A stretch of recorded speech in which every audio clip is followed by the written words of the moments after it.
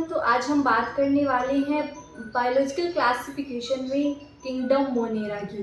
ठीक है, तो मोनेरा किंगडम में सबसे ज़्यादा मोस्ट इम्पोर्टेंट आते हैं बैक्टीरियाज। तो बैक्टीरियाज जो होते हैं वो सोल मेंबर होते हैं मोनेरा किंगडम के।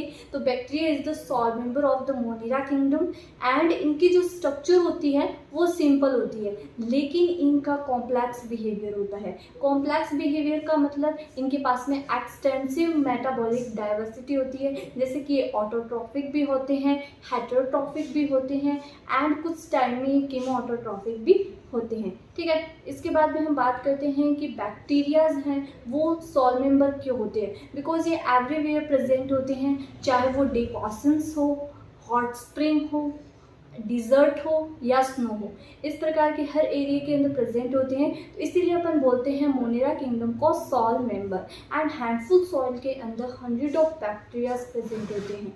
ठीक है, इसके बाद में हम बात करते हैं कि कौन कौन से बैक्टीरियाज होते हैं, उनकी शेप्स के अकॉर्डिंग हम कौन कौन से ले सकते हैं। जैसे स्फेरिकल शेप होते हैं वो होते हैं कोकाई, एंड जो बैसिलस रॉड शेप्ड होते हैं उनको बैसिलस बैक्टीरिया बोलते हैं, एंड कुछ कोमा शेप्ड होते हैं जिसे विब्रियो कोलेरी बोलते हैं। तो इस प्रकार के कुछ ऐसे बैक्टीरियाज होते हैं जो उनकी शेप के अकॉर्डिंग हम उनका नोमेनक्लेचर करते हैं। अब आते हैं बात कि बैक्टीरियाज कौन कौन से हो सकते हैं। आर्कीबैक्टीरियाज हो सकते हैं एंड सबसे ज़्यादा जो most important eubacteria. Archaebacteria बहुत ज़्यादा ऑर्डर्ड बैक्टीरियाज होते हैं जिनके पास में specific type of cell wall present होती है सूडोपेप्टिडोग्लाइकेन की, और वो इतनी ज़्यादा मेटाबॉलिक डाइवर्सिटी रखती है, इतनी ज़्यादा रिजिड होती है कि वो उसको रिस्पॉन्सिबल होती है, उनको रेस्ट्रिक्ट करती है, अदर जो सिचुएशंस आती हैं उनको रेस्ट्रिक्ट करती है। तो ऐसी पोजीशन के अंदर सूडोपेप्टिडोग्लाइकेन उनकी सबसे मोस्ट इम्पॉर्टेंट जो स्ट्रक्चर होती है सेल वॉल की, उससे बने होते हैं। तो आर्कीबैक्टीरिया साल्टी एरिया के अंदर प्रेजेंट होते हैं, उनको हैलोफाइल्स बोलते हैं। कुछ ऐसे होते हैं जो हॉट स्प्रिंग के अंदर प्रेजेंट होते हैं, उनको थर्मो एसिडोफिल्स बोलते हैं।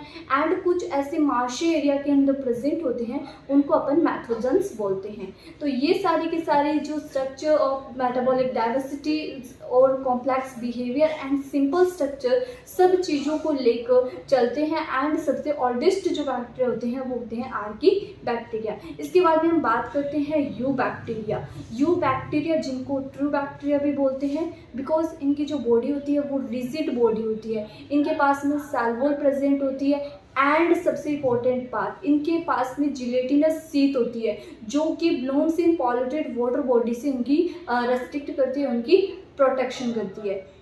एंड अगर कुछ ये मोटाइल होते हैं तो इनके पास में फ्लैजिला प्रेजेंट होती है, फ्लैजिला जो उनको मूवमेंट करने में हेल्प करती है। तो ऐसे यूबैक्टीरियाज प्रेजेंट होती हैं। कुछ ऐसे यूबैक्टीरिया जिनमें साइनोबैक्टीरिया जैसे क्लोरोफिल ए प्रेजेंट होता है उनमें, तो ये प्लांट्स की तरह भी बिहेव करते हैं। तो ऐसे में हम देखते हैं कि भाई बैक्टीरिया है वो क्या पता हार्मफुल ही हो हर बार, लेकिन ज़रूरी नहीं है ये हार्मफुल हो, कुछ टाइम ये यूज़फुल होते हैं।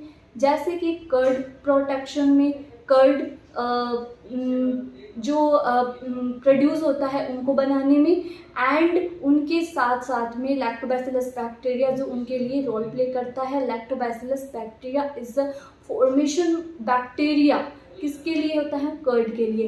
एंड सबसे ज़्यादा इम्पोर्टेंट एंटीबायोटिक्स जो कि कुछ बैक्टीरियल होते हैं, बैक्टीरियल डिजीज़ होते हैं, उनको क्रॉस करने के लिए, उनको डायग्नोस्ट करने के लिए, उनके रिलीफ के लिए हम एंटीबायोटिक्स लेते हैं, तो वो भी बैक्टीरिया से बनी होती है। तो ऐसे में ये यूज़फुल होने के साथ साथ हार्मफुल होने के साथ साथ यूज़फुल भी होते हैं।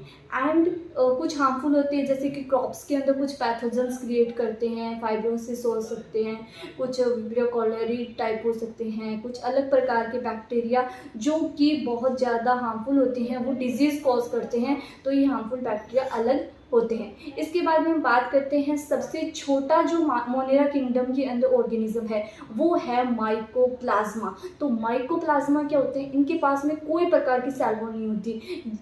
इसके साथ इनका ये बहुत सिग्निफिकेंट फीचर रहता है कि इनको ऑक्सीजन की ज़रूरत नहीं होती सर्वाइव करने के लिए। ऑक्सीजन की रिक्वायरमेंट क्यों नहीं होती, क्योंकि ये ऐसी एक्सपेंसिव डाइवर्सिटी रखते हैं अपने अंदर कि वो एनारोबिक कंडीशन के अंदर भी सर्वाइव करने में हेल्प करती है। एंड इसके साथ साथ ये प्लांट्स एंड एनिमल्स दोनों के अंदर क्योर्स करने के लिए इम्पोर्टेंट होते हैं। तो माइकोप्लाज्मा जो सबसे स्मॉलेस्ट जो ऑर्गेनिज्म होता है मोनेरा किंगडम का, वो है माइकोप्लाज्मा। ठीक है, तो गाइस ये हमारा मोनेरा किंगडम कंप्लीट हुआ। नेक्स्ट हम पढ़ने वाले हैं प्रोटिस्टा।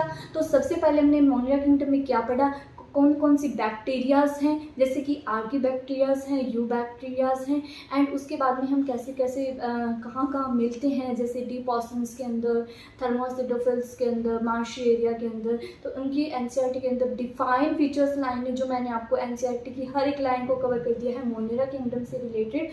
तो आज हमारा मोनेरा किंगडम कंप्लीट हुआ। कल हम स्टार्ट करेंगे Protista kingdom, acid and fungi and Plantae and Animalia. तो थैंक यू गाइज।